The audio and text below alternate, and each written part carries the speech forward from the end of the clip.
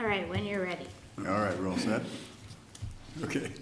I'd like to welcome everyone to the February 5th, 2026 meeting of the Delaware County Board of Commissioners. Would you please rise and join me in the pledge?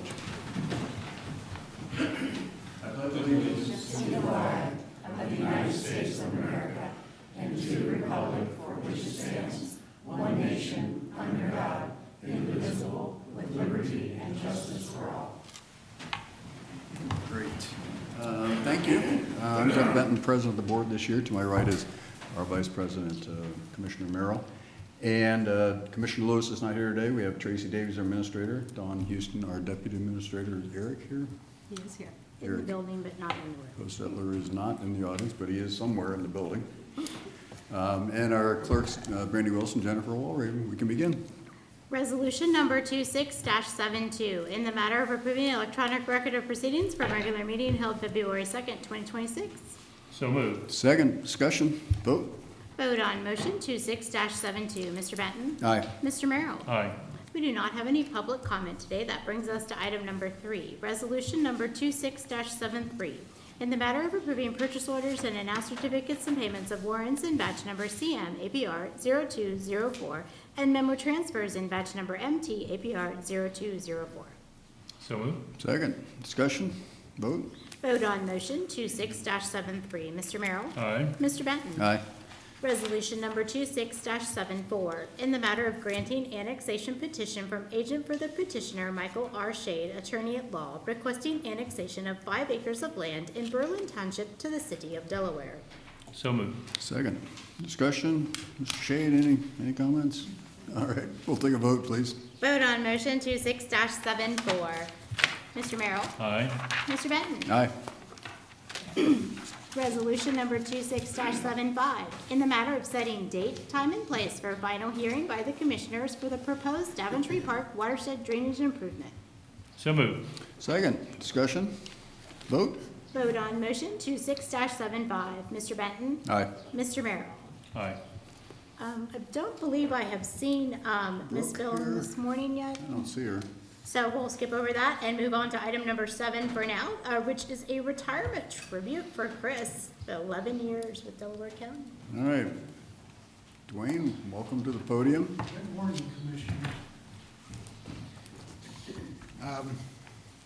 Dwayne Matlack, Chief Building Official for the Department of Building Safety. We are here this morning to congratulate and recognize Chris Stanage from our department for 11 years of his service with the county. I put together a little spiel here.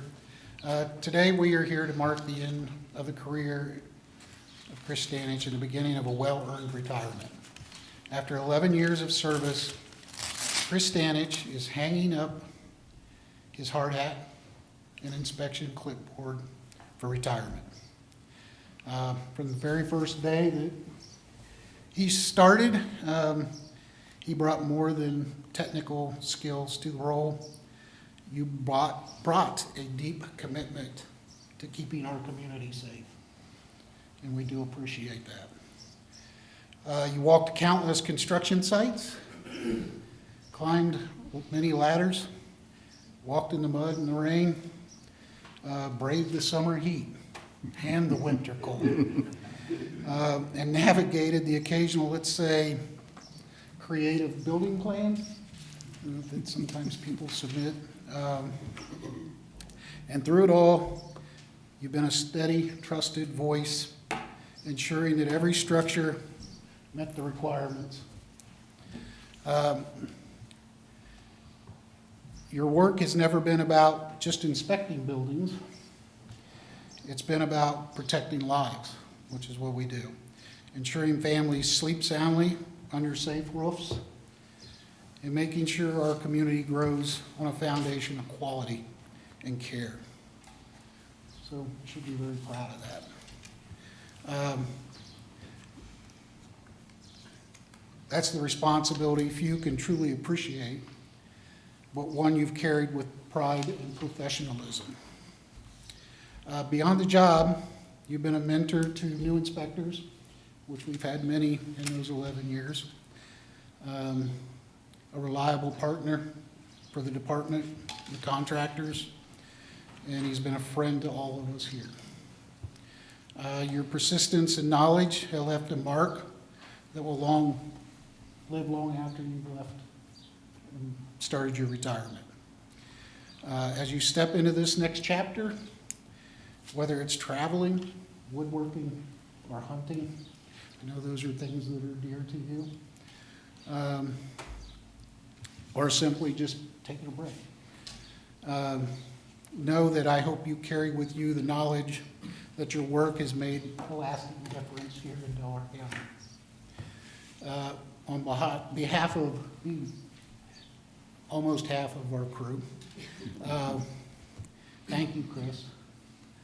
We appreciate everything you've done for building a more than safe, resilient, and energy efficient community. You've helped build a strong, safer community, and we wish you nothing but the best in your retirement. Can we have Chris come up?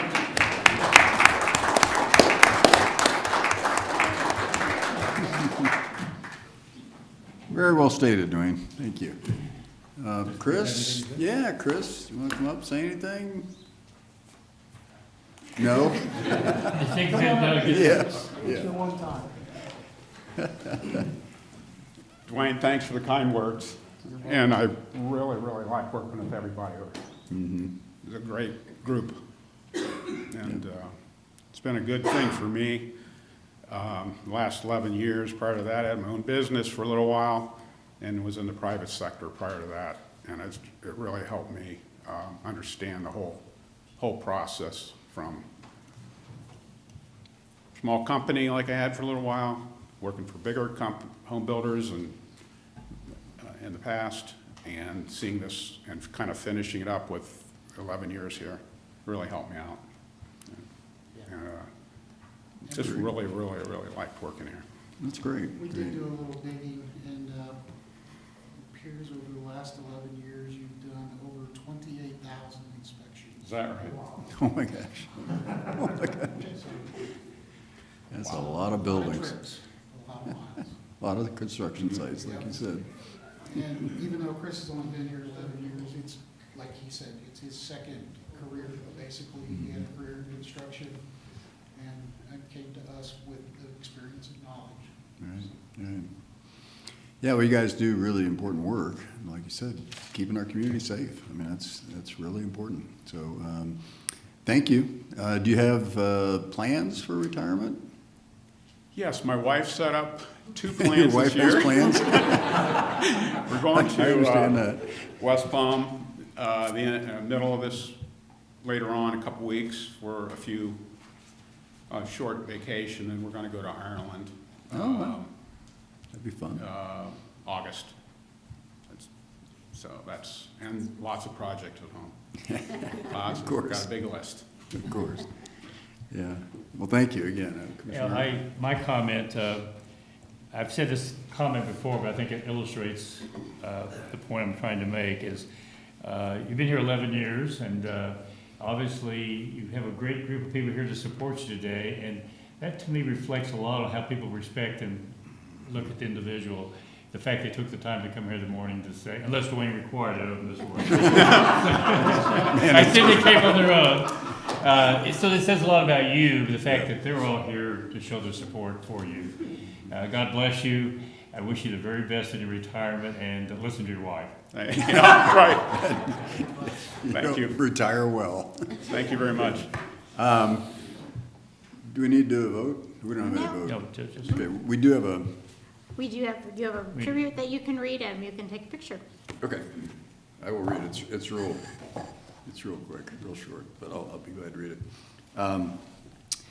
This proclamation be it hereby known to all that Jeff Benton, Barb Lewis, and Gary Merrill, Commissioners of Delaware County, extend sincere congratulations to Chris Stanich on the occasion of retirement after 11 years of public service with Delaware County. Presented on this 5th day of February 2026 by the order of the Commissioners, Jeff Benton, Barb Lewis, and Gary Merrill. Thank you. Yeah, it's a good picture.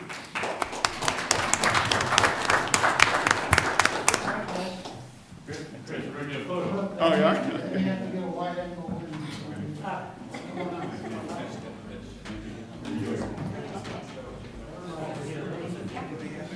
Everybody? We have to walk them back.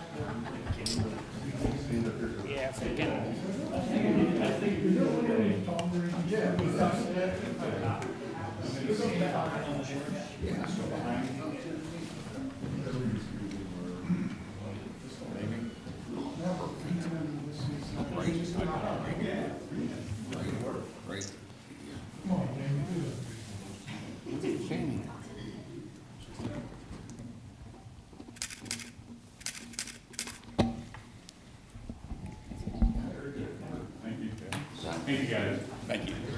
And go get to work.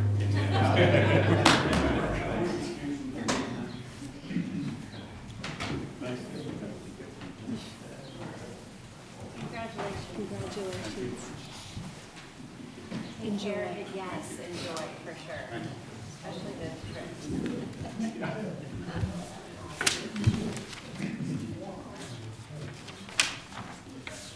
All right, I don't see, I'm sorry. yeah, I don't see Brooke. No, I have not seen Brooke Yeah, either, so so we'll we go will move on to to Deanna. item number 8 with Deanna.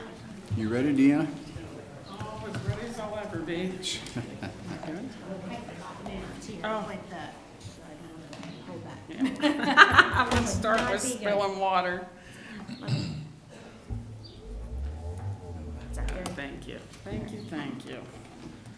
Good morning. Thank you for having me. I certainly wish I was given an update under different circumstances, but I'll get to that. Does it normally show over there? Yes. I just, Oh, thank you, thank You're you. welcome. So several times a year, I try to come to the commissioners and give updates about your public behavioral health system in Delaware and to a certain extent Morrow County, and I'm here to do that again today. I appreciate the time. And I won't spend a lot of time on the first 3 slides because they're a basic overview of what our board does and our function here in Ohio. And I never assume everybody knows, so I always cover that in some basic way because I never cease to be amazed at the number of people who don't know what a board is or what they do. So I never assume that that's, widely known. So we're the planning, funding, and evaluation entity for all public behavioral health care services in both of the counties that we cover. All counties in Ohio have a board. There are 50, obviously many multi-county boards, and we're one of them. Our board structure hasn't changed. Thank you for that, by the way. 14 members is ideal for us, representative of both communities. Our current board chair is Jeremiah Wagner, who in his full-time day job is with the State Board of DD, and our vice chair is currently Bruce Pijanowski. Yes. He also heads our planning committee, so we're very happy about that. I generally give a basic overview of our 3 primary revenue sources, local, state, and federal. The ratios of those shift from year to year. So our current percentage of revenue that comes from our local property tax levy is right around 75% of the dollars coming in the door. It generally hovers between 75 and 80, so that's within the range of what we typically see. And this will become important later when we talk about impact to our system in terms of escalating costs and unpredictable revenue, so we'll come back to that. I always cover what the ORC requires us to ensure services that exist across the continuum in both counties, and these are the high-level descriptions of all of those services that the board has to ensure your residents have access to.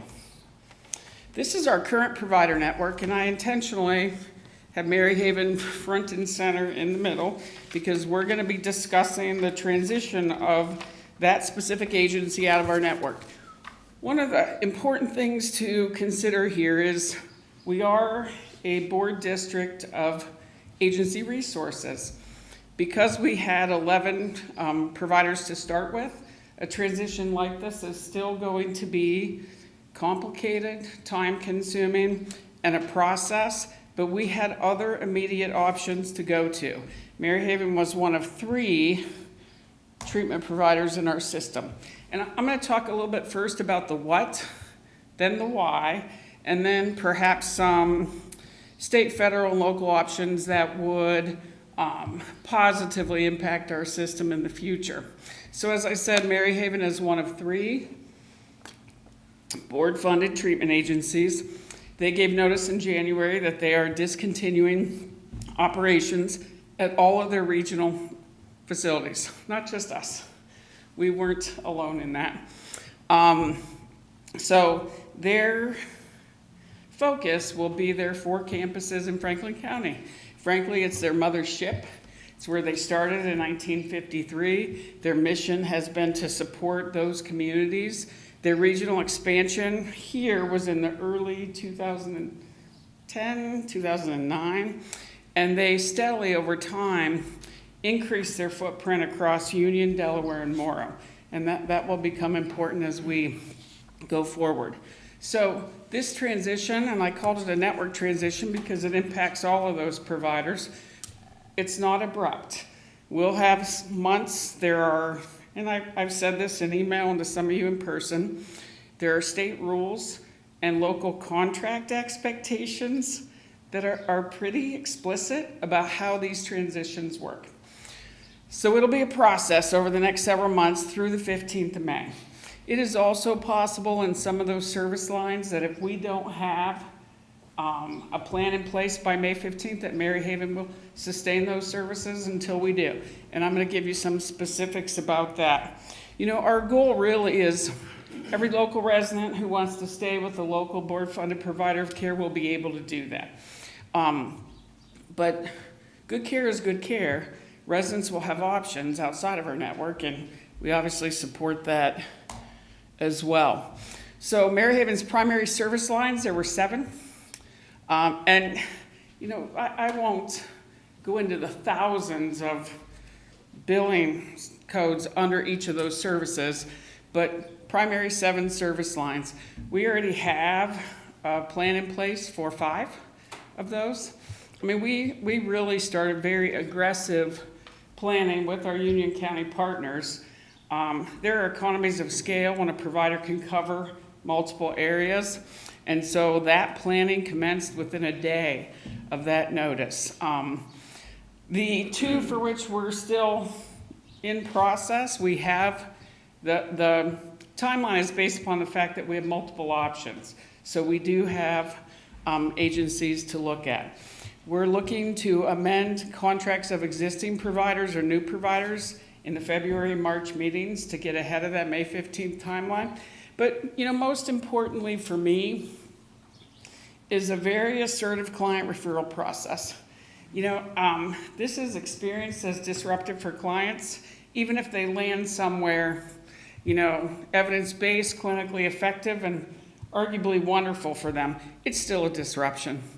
And so there is an expectation of extremely assertive connection to a new provider. We don't want people to get lost in that. And when you're talking about high numbers of clients, and we are, there's a prescriptive way to go about that. And we as a board require that of our providers. The last piece, and you know, arguably contributing to continuity for the clients, our expectation is these providers who are taking on some of these services that have been overseen by Maryhaven will hire Maryhaven's employees whenever possible. Those HRs have already met. They've already had conversation. They're already working on pipelines to make that a seamless connection. Now, you know, in the interest of transparency, our board does not control what any agency does in terms of hiring, but we can facilitate that pipeline, and we've tried to do that, if that makes sense. You know, I'm going to talk a little bit about the why. Expenses exceed revenue. You know, some national studies show that behavioral health care across the board is reimbursed 34% below the cost of providing the care. When you're in a market where uncontrolled costs are escalating and reimbursements are stagnant, that's just a simple math problem. And in other settings, when costs increase, you're permitted to pass that on to the customer, the client, the patient. Behavioral health care, in most instances, prohibits that. You can't pass it on to the client. So agencies, in some settings, operate at a loss. It's not a sustainable model. And I'll talk lots of thoughts about that really are probably a conversation that we can have individually. It's just challenging to sustain. And, Delaware is unique. We are resource rich. We have a high commercial payer percentage, and those are good things. But that high commercial payer number makes it tough for small not-for-profits. It's a very challenging system to navigate, and there's cost involved in just getting reimbursed. So what could be helpful? And I'm going to be really transparent here. These aren't board ideas. Some of these concepts are board-promoted concepts, but these come from the providers, and they come from the Ohio Council for Behavioral Health Providers. They've looked at these elements for years. Affordable service space. We have providers sharing space, locating their employees in multiple locations across the county to be able to afford office space. They share buildings. They are doing everything possible to maximize their existing space. But the fact of the matter is, it costs money to do business here, and if that's not reflected in reimbursement, it's difficult to sustain. One thought, and I want to be clear, some of these are things that we can advocate at the state level. Some of them are local pockets where we could perhaps make decisions here. I'm just sharing them with you. Cost sharing plan for employee benefits. As health insurance costs escalate, they become unaffordable for small to medium providers. So they try to pass those costs on to their employees, which makes them not an attractive employer. So shared administrative costs. You've heard me talk about this a lot, but co-location potentially leads to shared and then reduced overall administrative costs for some of our providers. Liability and cybersecurity insurance costs are rising. Ohio does have some history with other professions of creating a state pool to manage liability insurance costs. I think it was obstetricians and gynecologists. When those costs escalated and became unaffordable and those doctors were leaving Ohio, they took steps to impact that. Well, those costs are escalating for our providers now. And then I last listed, encourage county referral sources to using county board-funded providers. When it clinically makes sense, when it financially makes sense, residents should have options. But if you have a system in place, let's get the most bang for our buck that we can from those dollars invested. State support. Gosh, the parody word. There is a difference between benefit plans for commercial insurance providers and public insurance, and we'd like to see that gap closed a little bit. Market-based reimbursement rates. Look, we recognize that you can't set reimbursement rates in a contract with a commercial payer that fluctuate during the year, but maybe contingency funds that could backfill some of that for a provider if their costs escalate during the course of that contract. Reasonable access to levy options, and I've talked about this pretty transparently. We support property tax reform, but we also support thoughtful planning around how our revenue could still be sustained to help maintain services. That's really been our position. And then investing in the human services professions, and maybe in outside of the box ways. If you think of the top 10 things you would do to improve recruitment and retention of behavioral health employees, I can unequivocally tell you, we've done them. It's a math problem. We don't have enough people in the field to even actively meet need. And, several years ago, SAMHSA did a study on behavioral health workforce. And this, I think it was 2020. 6 years old now, 5.5. At that point, we were 4.4 million staff short of existing demand. So when we think about, investment in the human infrastructure, as the CEO of the Ohio Council would say, how can we look at that differently? And I'll give you an example from the federal government. The Rural Health and Transformation Bill, I think, has some mechanism that allows for housing stipends for folks who go into rural areas and do this kind of work. Those are the things that we need to start looking at if we're going to bring people into our field. And, it's an upstream problem. There's more we need to do to even encourage folks to enter our field. There's a lot to be done there.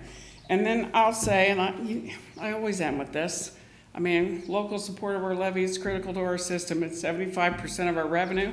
If we have providers who can't make it work now, the reduction in or loss of that revenue would be crippling to our system. And I'm going to argue our levy presents some value. Let's say the same thing to the people in the room. If you live here and if you vote, I don't get to decide that for you.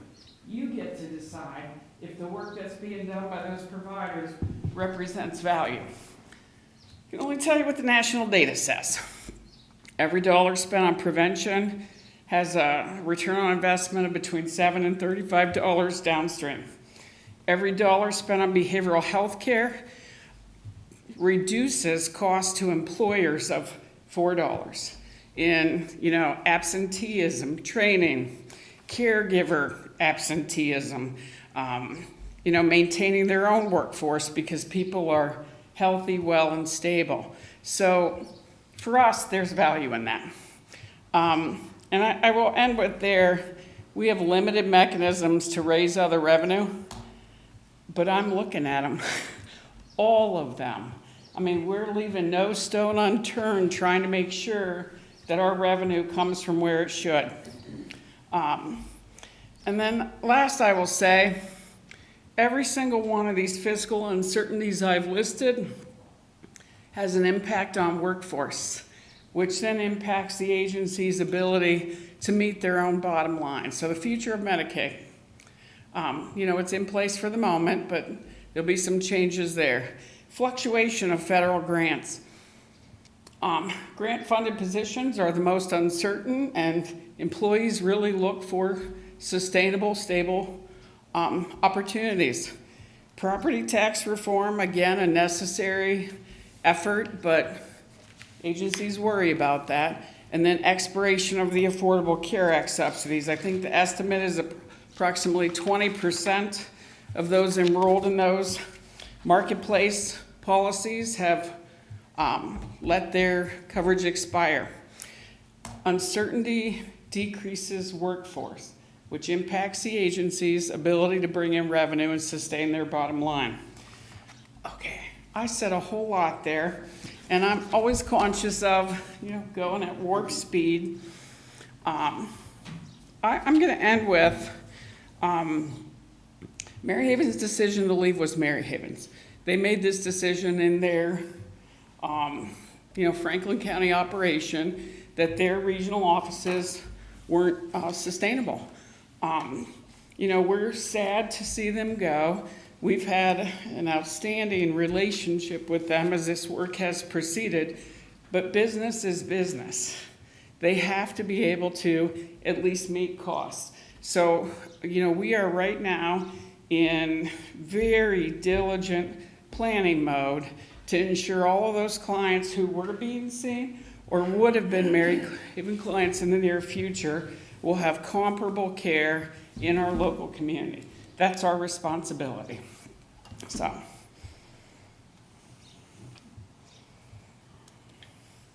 Okay. Commissioner Merrill? I don't really have any questions. I know you're meeting with us individually, so I will hold my questions or comments until we get together individually. I Thank appreciate the you. update, Howard. Yeah. Yep. You said there are 2 providers currently that can do the same work that Mary Haven does that you're using? Who are you? 5 of the at 7 will? service lines are Southeast Healthcare and Centero. And Okay. understand they're also regional providers, so they will, in some of their other county operations, they provide the same services. So they have the competency, they have the clinical background. What they'll need is workforce. And so that's why that pipeline from Mary Haven was incredibly important. So the ability to step in turnkey and have the process be seamless is gonna be dependent on workforce. That's the concern, so. Okay. And we're screening new providers is ongoing for us. We have a whole list, and so we keep in touch with folks. We work with providers we don't have a contract with. So we've initiated some of those conversations, and, we'll make decisions based upon what is best for the residents and the community. So there'll be more to come about that. Okay. All right, Thank yeah, you. we are meeting individually, so we'll have Yep. a more detailed conversation. Thank you, Deanne. Thank you. Item number 9. Yep. Resolution number 26-76. A resolution authorizing the county administrator to apply for, accept, approve, and enter into a cooperative agreement between the Board of Commissioners, Delaware County, Ohio, and the Ohio Water Development Authority for refinancing of 2014 sanitary sewer system improvement revenue bonds, the proceeds of which were used for the purpose of improving and upgrading the system's wastewater treatment plants, constructing, installing, and upgrading pump stations, constructing and installing force mains, gravity lines, and truck lines, and acquiring real estate and interest in real estate. So moved. That's quite a resolution. Second, Justin, discussion. Morning, Commissioners. Justin Alvey, Director of Finance. Again, this request would authorize county administration to apply for a refinancing loan through the OWDA, and these are for the Series 2014 regional sewer bonds. The estimated savings through this refinancing are right now about $510,000, and the closing fees for this loan process are roughly $30,000 through the OWDA. Be happy to answer any questions you have. Yeah. Commissioner Merrill, questions, comments? Yeah, again, I want to thank you, Justin. I know Tracy had helped work on this, and this is the same organization we financed the Olentangy Center renovation with as well. And so we have a good track record and really appreciate their willingness to step in. And this, again, it's another $500,000 a year, or not a year, $500,000 over the remaining life of the bonds. There's about $8 million in bonds, as I understand it. Correct. So, significant reduction in rates. Close in April, that's what you're Correct. targeting. I've been speaking with the rate analyst at the state. The board votes on these loans monthly, so the next meeting will be February 26th. And then we need 45 days to give notice to U.S. Bank that we'll be calling these bonds, so closing in April. Okay. Again, thank you for your leadership on this. Sure. Now we've had 3 refinancings and saved well over $2 million, for the taxpayers. That's really good work. We really appreciate it. Jennifer, let's vote, please. Resolution number 25-76, Mr. Merrill? Aye. Mr. Benton? Aye. Great, thank you. Resolution number 26-77, in the matter of approving a drainage maintenance petition and a ditch maintenance assessment for courtyards at Evans Farm. So moved. Second. Lead discussion, please. I'm just enjoying our eyes looking at each other. I'm not sure. I've been these days. You're going to make me blush, Commissioner. Yeah, I am. I know. Well, thank you very much, Lee Bodnar from the Engineer's Office. For your consideration, the courtyards at Evans Farm is 62.8 acres. It's located west off of South Old State and just south of Hollenbach Road in Orange Township. The drainage maintenance petition was submitted by 100% of the property owners, and we recommend your approval to move forward. Okay, comments, questions? Vote, Jennifer? Vote on motion 26-77, Mr. Merrill? Aye. Mr. Benton? Aye. Thank you, Commissioners. Thanks, Lee. That brings us to administrator reports. Nothing today, thank you. Nothing today? still don't see Eric. Brooke never showed up.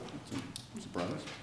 Commissioner Merrill? I only have one thing, and unfortunately, we went a little long today. Javin Johnson and Jonathan Hubert from Congressman Baldwin's office were here, and they had at 10 o'clock to pick it on the dome, so they had to leave. Oh. I was going to introduce them, Gentleman in the back. but unfortunately, they had to go, and we kind of waved at each other as they left, because I knew they had at 10 o'clock, so. Other than that, I have nothing else to do. Okay, a couple things. One thing that kind of just surprised us was, the every 3-year reappraisal of all the properties in Delaware County. 26 is a year when the bench reappraisal is done, and then 29 would have been the year where a full reappraisal is done on all the parcels in Delaware County. The state, because there are too many counties that that are scheduled full reviews in 2029, moved Delaware County's review back 1 year. So we're not going to have the full review until 2030, which means that property values won't be increasing in 2029. Presumably, they'll be delayed a year in 2030. So anyway, just FYI, got more for the executive committee meeting today. And tomorrow is a big day. I don't know if Commissioner Merrill has any comments about that. Oh, I know what tomorrow is. Yes. I have no comments. I have no clue what you're talking about. For those of you who don't know, tomorrow is Commissioner Merrill's birthday, and he likes to announce other people's And Tracy's birthdays. turning red over there, and it's my birthday, so I'm glad. So I just thought I'd be glad to highlight that tomorrow is Commissioner Merrill's birthday and wish him a happy birthday. And I share with two players that are great people, Ronald Reagan. Yeah, Ronald Babe Reagan. Ruth. Babe Ruth, okay. No need for executive We session, do Jennifer. not have a So need for executive. with that, we are adjourned. Thanks, Thank you. everybody.